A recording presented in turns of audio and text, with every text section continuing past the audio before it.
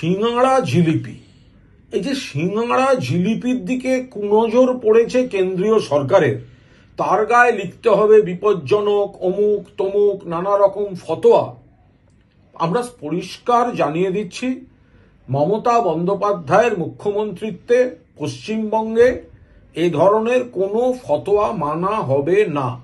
তার কারণ সিঙ্গাড়া জিলিপি এবং এই খাবারগুলি যারা খান তাদের খাওয়ার পূর্ণ স্বাধীনতা আছে। খাবারের গুণমান যদি ঠিক থাকে, কোয়ালিটি যদি ঠিক থাকে, তাহলে কে কি খাবেন কিভাবে খাবেন সেখানে পশ্চিমবঙ্গে কোনো হস্তক্ষেপ করা হবে না।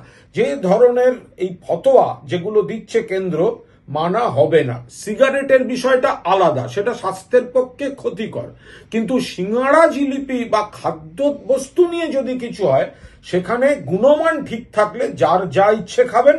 পশ্চিমবঙ্গে কেন্দ্রের এই ধরনের ফতোয়া মানা হবে না।